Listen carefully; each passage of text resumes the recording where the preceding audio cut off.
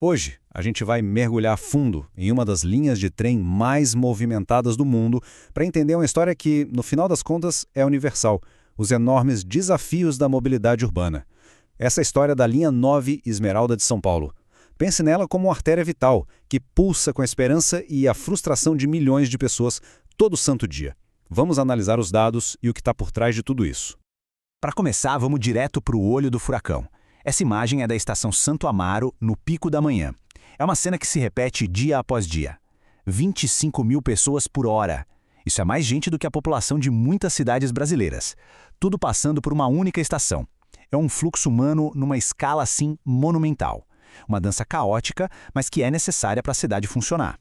E por trás desses números, dessas imagens, existe um custo humano muito profundo. Como esse estudo aponta, essa rotina não afeta só o tempo das pessoas, afeta a saúde mental. A superlotação, os atrasos, a incerteza de chegar, tudo isso gera um estresse crônico. É uma batalha diária que milhões de pessoas enfrentam antes mesmo de começar o dia de trabalho. Ok, então vamos entender o sistema. Por que essa linha, especificamente, é tão, mas tão crucial para a maior cidade do Brasil? O interessante de olhar esse mapa é que ele deixa bem clara a função da linha. A linha 9 é literalmente a espinha dorsal da economia de São Paulo. Ela conecta o extremo sul, onde milhões de pessoas moram, com centros de negócios vitais como a região da Berrini e de Pinheiros.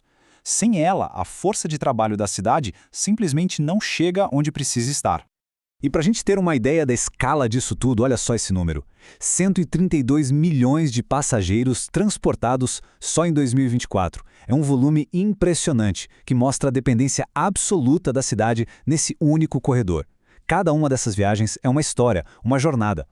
Mas como é que a gente chegou nesse ponto? Por que milhões de pessoas precisam fazer essas migrações diárias gigantescas? A resposta, bom, ela está no planejamento da cidade, ou talvez na falta dele, lá no passado.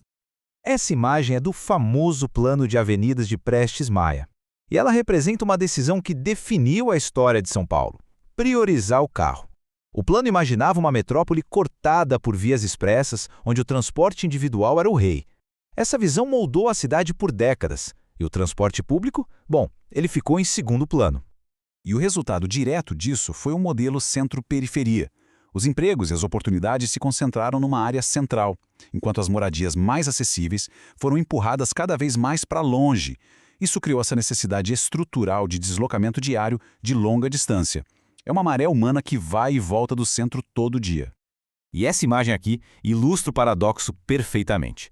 De um lado, um centro moderno, próspero, um verdadeiro motor da economia do país. Só que todo esse sucesso depende inteiramente da capacidade de um sistema de transporte público, que já está sobrecarregado, de alimentar essa máquina com gente, com trabalhadores, todos os dias. É um gigante com pés de barro.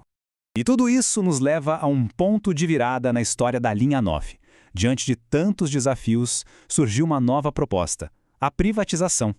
Foi em 2022 que a gestão da linha passou da estatal CPTM para a Via Mobilidade. A mudança marcou o fim de uma era e o início de um capítulo completamente novo, que trouxe junto uma pergunta fundamental: a gestão privada seria finalmente a solução para os problemas crônicos da linha? E as promessas, olha, eram tudo que o passageiro diário podia querer. A concessão, de 30 anos, veio com o compromisso de modernizar tudo, dos trens às estações e, o mais importante, melhorar a qualidade geral do serviço. A expectativa, claro, estava lá no alto. Então a promessa foi cumprida. Vamos agora para os dados para ver o que eles contam sobre o desempenho depois dessa transição. Primeiro, um pouco de contexto. O gráfico mostra que a demanda não parou de crescer.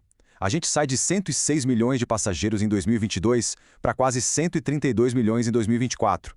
Isso significa que a nova gestão já assumiu um sistema que estava sob uma pressão que só aumentava. E aqui os dados mostram algo realmente surpreendente. Este gráfico compara as falhas do sistema. Em 2019, o último ano normal antes da pandemia, sob gestão da CPTM, a linha teve 29 falhas. Agora, em 2022, o primeiro ano da Via Mobilidade, esse número saltou para 80, um aumento de quase 180%. Os dados revelam, assim, sem rodeios, um início de operação muito, mas muito conturbado. E como isso se refletiu na experiência de quem usa a linha todo dia? Esse gráfico de satisfação com a superlotação é bem revelador. Se a gente somar as avaliações ruim e muito ruim, chegamos a 63% dos passageiros insatisfeitos. A percepção de quem vive essa realidade é bem clara e bem negativa.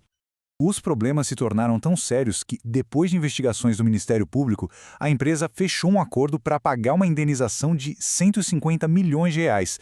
Parte desse dinheiro foi destinada a melhorias diretas no sistema. Foi um reconhecimento oficial de que o serviço prestado estava muito aquém do prometido.